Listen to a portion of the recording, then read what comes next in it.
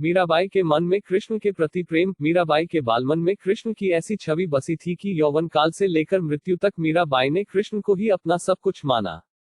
जोधपुर के राठौर रतन सिंह जी की इकलौती पुत्री मीराबाई का जन्म 16वीं शताब्दी में हुआ था। बचपन से ही वे कृष्ण भक्ति में रम गई थी। मीराबाई का कृष्ण प्रेम बचपन की एक घटना की वजह से अपने चरम पर पहुंचा था। मीराबाई के बचपन में एक दिन उनके पड़ोस में किसी बड़े आदमी के यहाँ बारात आई थी। सभी स्त्रियां छत से खड़ी होकर बारात देख रही थी। मीराबाई भी बारात देख रही थी। बारात को देख मीरा ने अपनी माता से पूछा कि मेरा दूल्हा कौन है। इस पर मीराबाई की माता ने कृष्ण की मूर्ति के तरफ इशारा करके कह दिया कि वही तुम्हारे दूल्हा है। यह बात मीराबाई के बालमन में एक गांठ की तरह बंध गई। बाद में मीराबाई का विवाह महाराणा सांगा के पुत्र भोजराज से कर दिया गया। इस शादी के लिए पहले तो मीराबाई ने मना कर दिया, पर जोर देने पर वह फूट फूट कर रोने लगी और विदाई के समय कृष्ण की वही मूर्ति अपने साथ ले गई जिसे उनकी माता ने उनका दुल्हा बताया था। मीराबाई ने लज्जा और परंपरा को त्याग कर अनूठे प्रेम और भक्ति का परिचय दिया था। विवाह के 10 बरस बाद इनके पति का देहांत हो गया था। पति की मृत्यु के बाद ससुराल में मीराबाई पर कई अत्याचार किए गए। इनके देवर राणा विक्रमजीत को इनके यहाँ साधु संतों का आना जाना बुरा लगता था। पति के परलोकवास के बाद इनकी भक्ति दिन प्रतिदिन बढ़ती गई। ये मंदिरों में जाकर वहां मौजूद कृष्ण भक्तों के सामने कृष्ण जी की मूर्ति के आगे नाचती रहती थी। कहते हैं मीराबाई के कृष्ण प्रेम को देखते हुए और लोक लज्जा के वजह से मीराबाई के ससुराल वालों ने उन्हें मारने के लिए कई चालें चली, पर सब विफल रहीं।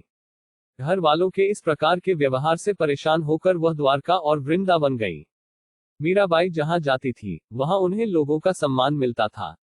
मीराबाई कृष्ण की भक्ति में इतना खो जाती थी कि भजन गाते गाते वह नाचने लगती थी। मीराबाई ने भक्ति को एक नया आयाम दिया है, एक ऐसा स्थान जहां भगवान ही इंसान का सब कुछ होता है। दुनिया के सभी लोग उसे मोह से विचलित नहीं कर सकते। एक अच्छा खासा राजपाट होने के बाद भी मीराबाई वैरागी बनी रही। मीराजी की कृष्ण भक्ति एक अनूठी मिसाल रही है। मेरे तो गिरधर गोपाल दूसरों न कोई, जाके सिर मोर मुकुट मेरो पति सोई। छावनी दई कुल की कानी कहा करे कोई, संतन धेग बैठी बैठी लोक लाज खोई। सुवन जल सींची प्रेम बैली बोई, दधी मथी घृत काड़ी लियो डारी दई छोई।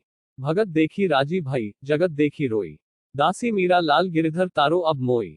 कहा जाता है कि मीराबाई रणछोड़ जी में समा गई थी। मीराबाई की मृत्यु के विषय में किसी भी तथ्य का स्पष्टीकरण आज तक नहीं हो सका है।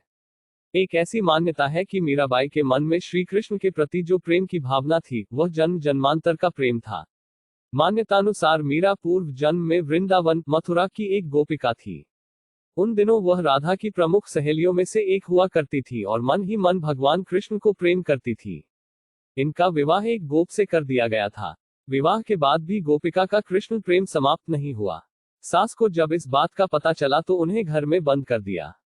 कृष्ण से मिलने की तड़प में गोपिका ने अपने प्राण त्याग दिए। बाद के समय में जोधपुर के पास मेरता गांव में 1504 में राठौर रतन सिंह के घर गोपिका ने मीरा के रूप में जन्म लिया। मीराबाई ने अपने एक अन्य दोहे में जन्म जन्मांतर के प्रेम का भी उल्लेख किया है। आकुल व्याकुल फिरू रैन दिन विरह कलेजा खाया, दिवस न भूख नींद नहिन रहना, मुख के कथन न आवे बैना। कहा करूं कुछ कहत न आवे, मिलकर तपत बुझाया। क्यों तरसाओ अतनरजामी, आए मिलो कृपा कर स्वामी। मीरा दासी जन्म जन्म की परी तुम्हारे पाए। मीराबाई के मन में श्री कृष्ण के प्रति प्रेम की उत्पत्ति से संबंधित एक अन्य कथा भी मिलती है। इस कथानुसार एक बार एक साधु मीरा के घर पधारे। उस समय मीरा की उम्र लगभग 5-6 साल थी। साधु को मीरा की मां ने भोजन परोसा। साधु ने अपनी झोली से श्री कृष्ण की मूर्ति निकाली और पहले उसे भोग लगाया।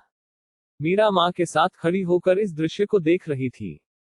जब मीरा की नजर श्री कृष्ण की मूर्ति पर गई तो उन्हें अपने पूर्व जन्म की सभी बातें याद आ गईं। इसके बाद से ही मीरा कृष्ण के प्रेम में मग्न हो गईं। 9 of 32